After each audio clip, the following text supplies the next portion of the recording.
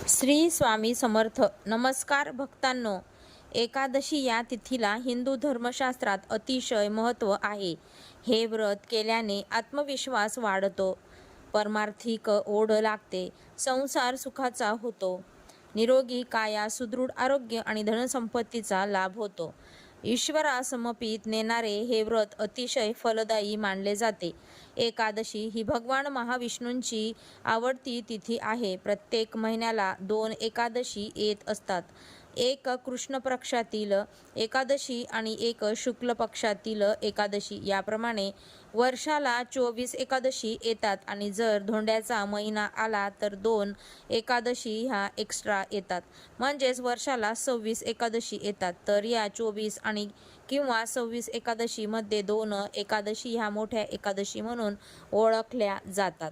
पहिली म्हणजे आषाढी एकादशी आणि दुसरी म्हणजे कार्तिकी एकादशी. तुम्ही वर्षभरातील एकादशीचे व्रत जरी नाही केले तरी तुम्ही हे आषाढी एकादशी किंवा कार्तिकी एकादशी या 2 एकादशी जरी तुम्ही केल्या तरी संपूर्ण वर्षभराच्या 24 एकादशी केल्याचं पुण्य तुम्हाला मिळतं. असंच या व्हिडिओमध्ये मी तुम्हाला एकादशीचे व्रत करणाऱ्या प्रत्येक व्यक्तीला कोणते नियम माहीत असायला हवे, तसेच एकादशी या उपवास कसा करावा, कोणत्या या गोष्टींची माहिती असायला हवी याबद्दल संपूर्ण माहिती देणार आहे. तेव्हा व्हिडिओ कुठेही स्किप न करता शेवटपर्यंत पूर्ण पहा.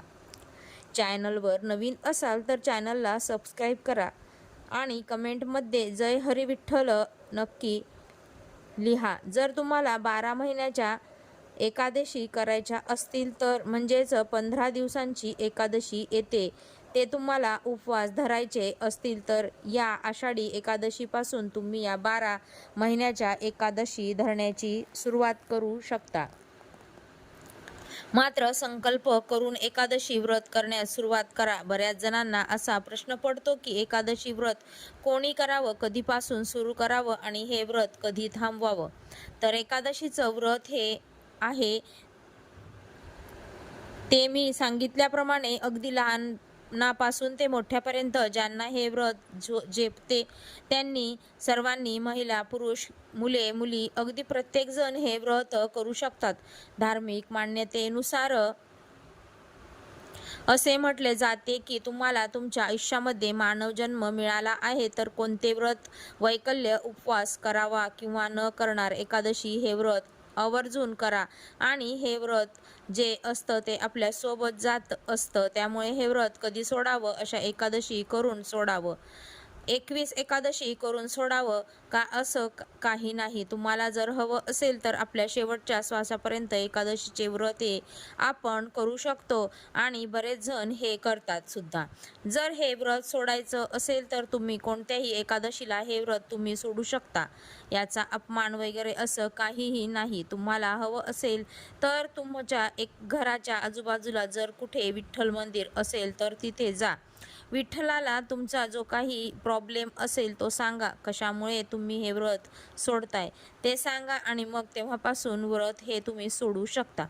तुम्हाला हवं असेल तर ज्या एकादशीला तुम्ही हे व्रत सोडणार आहात त्या एकादशीला तुम्ही काही दानधर्म करून हे व्रत सोडू शकता किंवा पंढरपूरचे दर्शन घेऊन सुद्धा हे व्रत तुम्ही सोडू शकता. एकादशीच्या दिवशी दिवसभरात रात्रभर म्हणजे दिवस रात्र उपवास केला जातो. फक्त फराळाचे पदार्थ खाल्ले जातात आणि दुसऱ्या दिवशी जेवण करून हा जो उपवास आहे तो सोडला जातो. आणि खऱ्या अर्थाने एकादशीचा उपवास हा दशमी तिथी रात्रीपासून दशमी तिथीला सूर्य मावळतो तेव्हापासून धरला जातो. ते दुसऱ्या दिवशी एकादशीचा संपूर्ण दिवस रात्रभर धरला जातो आणि तो द्वादशीच्या दिवशी सूर्य उदय झाल्यानंतर स्नान वगैरे सगळं करून, देवपूजा करून, सगळी कामं उरकून मग हा जो उपवास आहे तो सोडला जातो. खास करून एकादशीचा जो उपवास आहे त्याला तांदूळ म्हणजेच भात हा पदार्थ खाल्ला जात नाही. यामागे सुद्धा काही कारण आहे ते मी पुढे तुमच्या सोबत शेअर करणारच आहे.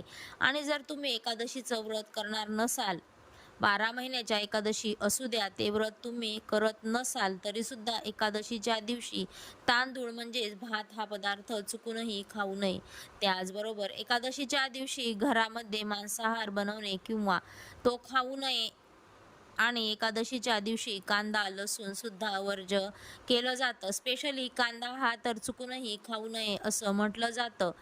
ते आता आषाढी एकादशीच्या दिवशी पहिल्यांदाच एकादशीचे व्रत करणार आहेत आणि पुढे सुद्धा ते कायम चालू ठेवणार आहेत. त्याचबरोबर ज्यांनी ज्यांनी आजपर्यंत भरपूर एकादशीचे व्रत केलं पण संकल्प घ्यायचा असतो तो माहीत नव्हता, त्यांनी आषाढी एकादशीचे व्रत करताना पूजेच्या वेळी संकल्प घ्या आणि मगच पुढची पूजा करा.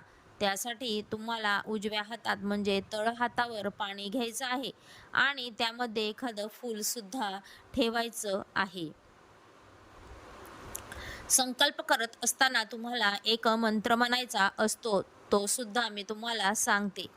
मम कायक वाचक मानस सांसर्गिक पातकोपपातक दुरित क्षयपूर्व श्रुती स्मृती पुराणोक्त प्रात्यर्थी श्री परमेश्वर प्रीती कामयान व्रतमहम करेशी असा मंत्र म्हणायचा. त्यानंतर तांब्यातून थोडंसं पाणी घ्यायचं, ते आपल्या सर्वांगावर शिंपडायचं. श्रद्धेने आणि भक्तिपूर्वक यथाविधी विठ्ठल देवता, त्याचबरोबर तुमच्या घरात असणारा बाळकृष्ण, श्रीकृष्ण, श्री विष्णू देवता यांचे पूजन करू शकतात. त्यापैकी कोणताही एक देवतेचे तुम्ही पूजन करा. सर्व देव एकच आहेत, फक्त त्यांचे अवतार किंवा रूप वेगळे वेगळे आहेत. आपण अन्नग्रहण करतो परंतु ते पचवण्यासाठी पुरेसा अवधी देत नाही. एक अन्न पचत नाही तोवर दुसरे अन्न ग्रहण करतो. ही प्रक्रिया सतत सुरू राहिल्यामुळे शरीराची यंत्रणा बिघडते. यासाठी 15 दिवसांनी एकदा एकादशीचा उपवास करावा. उपवास शक्यतोवर काहीही न खाता करावा. गरज लागली तर फलाहार करावा. मात्र एकादशी आणि दुप्पट खाशी या उक्तीप्रमाणे फराळ केला जाणार असेल तर एकादशीचा उपवास न केलेलाच बरा. त्याचबरोबर मासिक पाळी असलेली असेल किंवा सुतक जर तुम्हाला आषाढी एकादशीच्या दिवशी आलेली असेल तर अशा वेळेला तुम्ही फक्त उपवास करायचा आहे. तसेच एकादशीच्या दिवशी होम हवन करण्याची पद्धत नाही, त्यामुळे या दिवशी कोणत्याही प्रकारचा होम किंवा हवन विधी करू नका. तसेच जो व्यक्ती सर्व एकादशीचे पालन करतो तर त्याला विधी, वार, नक्षत्र यांची चांगली माहिती राहते. एकादशी करणारा कधीही कुठलाही शारीरिक आर्थिक कामे प्रलोभनाला बळी पडत नाही. एकादशीच्या करणाऱ्याला संकटात सुद्धा विवेकबुद्धी जागृत राहते. जो व्यक्ती एकादशी करतो त्याचं पूर्वकर्म शुद्ध होतं, म्हणजेच याच त्याने अगोदर काही पाप कर्म केलेले असतील तर ते सुद्धा एकादशी केल्यामुळे मिटतात. एकादशी करणाऱ्याची एकाग्रता वाढते. ज्यांनी व्यवस्थित खाऊन पिऊन सुद्धा सतत भूक लागलेली किंवा खाऊ खाऊ सुटते त्यांनी एकादशीचं व्रत करावं, जेणेकरून तुम्हाला अन्नाचा त्याग करणं काय असतं किंवा उपवास करणं काय असतं हे चांगल्या पद्धतीनं समजेल. त्याचबरोबर विहित कर्माची आचरण किंवा ज्ञानार्जन सुद्धा यामुळे वाढतं. आषाढी एकादशी असो किंवा कोणत्याही एकादशीला तुम्ही जर विठ्ठल गायत्री मंत्र म्हणलात तर तुम्हाला नक्कीच मनाला शांती लाभेल. तुमच्या मनात जे काही उलटसुलट विचार येतात, जो काही तुम्हाला ताणतणाव असतो तो सुद्धा दूर निघून जाईल. तर विठ्ठल गायत्री मंत्र मी तुम्हाला म्हणून दाखवते. ओम भक्त वरदाय विघ्नेय पांडुरंगाय धीमहि तन्नो कृष्ण प्रचोदया. आता मी तुम्हाला तुळशी गायत्री मंत्र सांगते. हा मंत्र तुम्ही तुळशीजवळ म्हणू शकता. सकाळी पूजेच्या वेळी किंवा संध्याकाळी दिवा लावल्याने वेळी मंत्र म्हणावा. संध्याकाळी तुळशीला तुपाचा दिवा अवश्य लावा. तुमच्याकडे गाईचे तूप नसल्यास तुम्ही तेल वापरलं तरी पण तेलामध्ये किंवा तुपामध्ये चिमूटभर हळद टाकायला अजिबात विसरू नका. तसे गायत्री मंत्र असा आहे. ओम तुलसी देवो विदेह विष्णुप्रियाय च धीमहि तन्नो कृष्ण प्रचोदयात. तर हे दोन्ही मंत्र तुम्ही म्हणा किंवा जय जय रामकृष्ण हरी, जय जय रामकृष्ण हरी, विठ्ठल विठ्ठल जय हरी विठ्ठल हा मंत्र सुद्धा तुम्ही या दिवशी म्हणू शकता. तुमच्या मोबाईलवर हरिपाठ ऐकू शकता, विठ्ठल रुक्मिणीची आरती म्हणू शकता किंवा ओम नमो भगवते वासुदेवाय नमः हाच द्वादश मंत्र आहे, तो तर अत्यंत प्रभावी आहे. त्यामुळे हा मंत्र सुद्धा तुम्ही म्हणू शकता. एकादशीचा उपवास नेमका कधी आणि कशा पद्धतीने धरायचा याबद्दलची माहिती मी तुम्हाला देते, जी अत्यंत महत्त्वाची आहे. एकादशीच्या आदल्या दिवशी जी दशमी तिथी येते, दशमीच्या रात्रीपासून ते द्वादशीच्या सकाळी सूर्योदयापर्यंत आपल्याला एकादशीचा उपवास करायचा असतो. म्हणजेच दशमीच्या रात्रीपासून तुम्ही एकदा उपवास धरला की द्वादशीच्या दिवशी सकाळी सूर्योदयानंतर हा उपवास सोडायचा. एकादशीच्या आदल्या दिवशी दशमी तिथी येते, तर दशमी तिथी तुम्ही दिवसभर जेवण करू शकता. तुम्हाला जे पदार्थ खायचे आहेत ते तुम्ही खाऊ शकता, पण दशमीच्या रात्री जेवायचं नाही. तुम्हाला जर असं वाटलं की मी दशमी तिथीच्या दिवशी दिवसभरात खूप सकाळी वगैरे जेवले होते आणि मला आता भूक लागू शकते, तर तुम्ही दशमी तिथीच्या सूर्यास्ताच्या आत काहीही जेवण करा. एकदा की सूर्य मावळला की त्यानंतर दशमीला जेवण करू नका. आणि भलेही तुम्ही सूर्यास्ताच्या आत जेवण केलेलं असेल तरी पण तुम्ही जेवणामध्ये भात खाऊ नका. भात न खाण्याचं कारण काय आहे तेही मी तुम्हाला सांगते. पण दशमी तिथीच्या रात्रीपासूनच तुम्ही उपवास सुरू केला तर त्याचा अर्थ काय होतो की दशमीच्या दिवशी तुम्ही एक भक्त राहत आहात, म्हणजे एकदा जेवण केले आहे त्यानंतर एकादशीचा संपूर्ण दिवस आणि रात्रभर तुम्हाला उपवास करायचा आहे. आणि दुसऱ्या दिवशी म्हणजेच द्वादशीच्या दिवशी सकाळी सूर्योदय झाला की मगच तुम्हाला हा उपवास सोडवायचा आहे. उपवास सोडताना सुद्धा तुम्हाला तुमच्या जेवणामध्ये भाताचा समावेश करायचा नाही.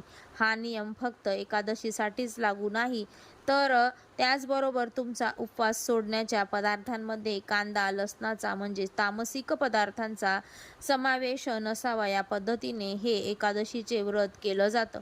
बऱ्याच ठिकाणी आज सुद्धा हे नियम पाळतात, कारण हे अगदी जुन्या काळापासून चालत आलेले नियम आहेत. तसेच एकादशीच्या दिवशी काही झाडझूड असते ती आदल्या दिवशीच उरकून करून ठेवतात. एकादशीच्या दिवशी कोणत्या प्रकारच्या झाडांची पानं तोडत नाहीत, रात्री साफसफाई करत नाहीत, बरेच जण शेतामध्ये सुद्धा जात नाहीत.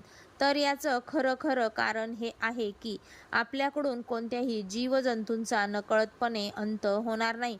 म्हणजेच इतकं सात्विक पद्धतीने हे व्रत केलं जातं की आपल्याकडून कोणत्याही जीवाला हानी पोहोचता कामा नये आणि याचं पातक आपल्याला माथी येता कामा नये. पण आजकाल जीवनशैली बदललेली आहे, पण जेवढ्या शक्य होतील तेवढ्या गोष्टी तुम्ही नक्कीच पाळाव्यात. एकादशीच्या व्रतामध्ये काय काय खावं हा प्रश्न बरेच जण विचारतात. तर त्यामध्ये तुम्ही साबुदाणा, भगर, बटाटा व उपवासाचे पदार्थ खाऊ शकतात. तसेच दूध किंवा दुधाचे काही पदार्थ खायचे असतील की जे उपवासाला चालतात तर ते सुद्धा चालतात. तसेच तुम्ही फक्त या दिवशी तुम्हाला निर्जळी जर व्रत करायचं असेल तर ते अगदी काळजीपूर्वक करा. सूर्योदयाच्या अगोदर तुम्हाला काही जर उपवासाचं खायचं असेल तर ते तुम्ही खाऊन घ्या आणि पाणी प्यायचं असेल तर पाणीही पिऊन घ्या. पण एकदा ती सूर्योदय झाला की त्यानंतर तुम्हाला दुसऱ्या दिवशी सूर्योदय होईपर्यंत काहीच खायचं नसतं किंवा प्यायचं हे नसतं. आपल्याला शरीराला त्यामुळे जर खूप जास्त त्रास होणार असेल तर फक्त फळांवर हा उपवास करू शकता.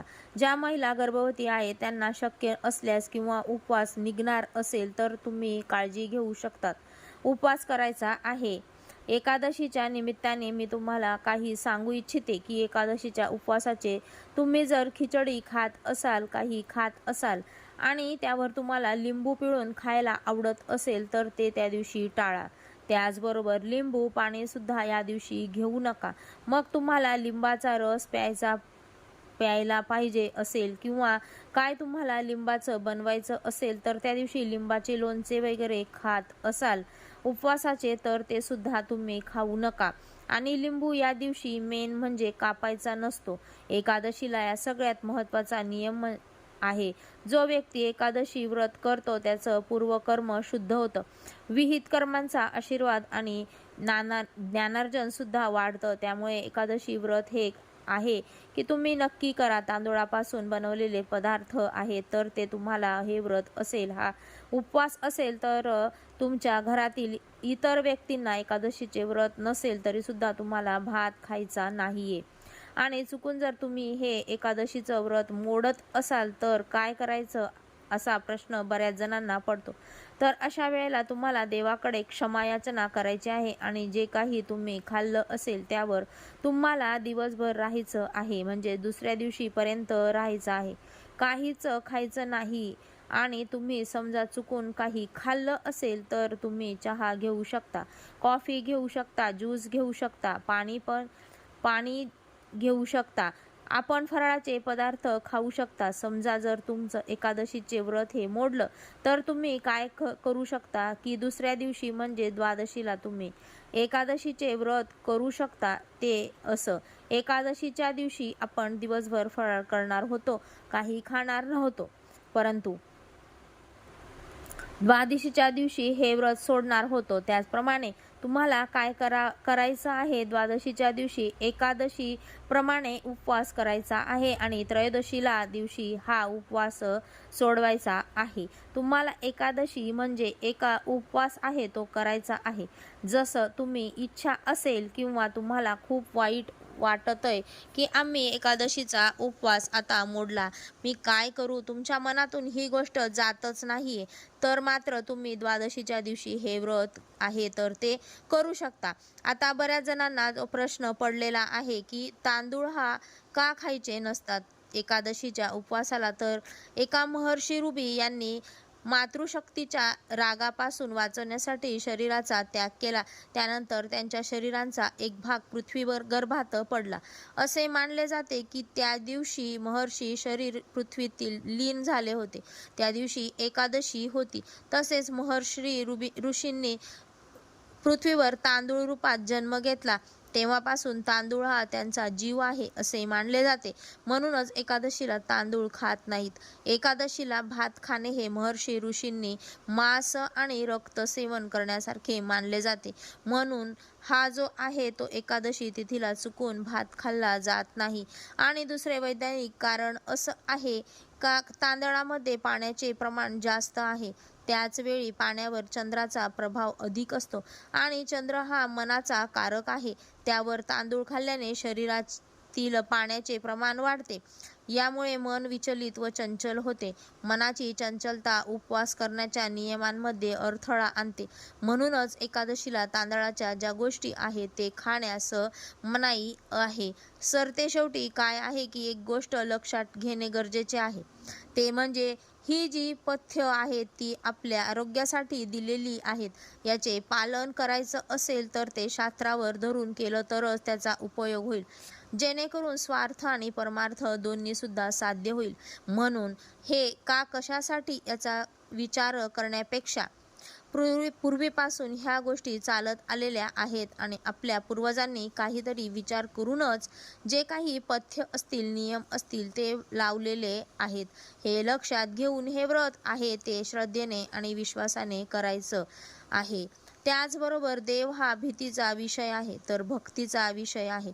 त्यामुळे न घाबरता न भीता श्रद्धेने आणि विश्वासाने हे आषाढी एकादशीचं व्रत करा. तुम्हा सर्वांना आषाढी एकादशीच्या मंगलमय शुभेच्छा. पूर्ण व्हिडिओ ऐकल्याबद्दल खूप खूप धन्यवाद.